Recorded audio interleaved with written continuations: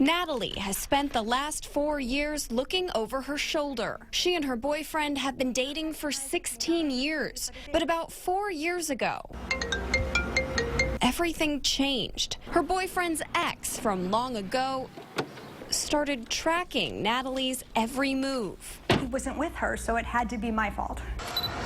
First with photos. She was at my house. At her house, taking photos of her children. And where did they end up? On the stalker's Facebook page. But even after she filed for a protective order and moved, the stalking continued. This is the thing to remember when you file a police report.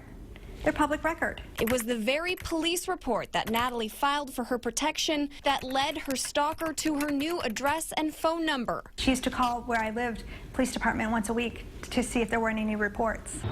Natalie moved 4 times and changed her phone number 7 times. The last time her stalker turned to voting records, which are accessible with the click of a mouse. It just didn't make sense to me how somebody could be allowed to do this to another person. So now she's not registered. I'm the victim and I can't vote.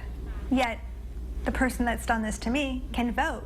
And we learned that there are many Ohio victims in the same boat. They do not vote, and they try to do whatever they can to keep their address as confidential as possible. Linda Johannick works with victims of domestic violence and stalking in Cuyahoga County. She pointed out that 36 states have victim identity protection laws for public records. There are only a handful of states that don't have this in place, and unfortunately, Ohio is one. A bill passed in the Ohio House in January would help protect victims like Natalie. But since then, it's been stalled in the Senate. I mean, it's ridiculous.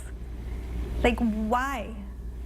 I mean, this is one of those no-brainers. Still, advocates are hopeful for a vote next month. Otherwise, it will be too late for victims like Natalie to vote come November. I've worked very hard to guard where I am and I don't want to give up that information. And until it's safe, I won't. After 4 months, the State and Local Government Committee did hold a hearing on the bill Tuesday, but no vote has been scheduled. Megan Hickey, News Channel 5.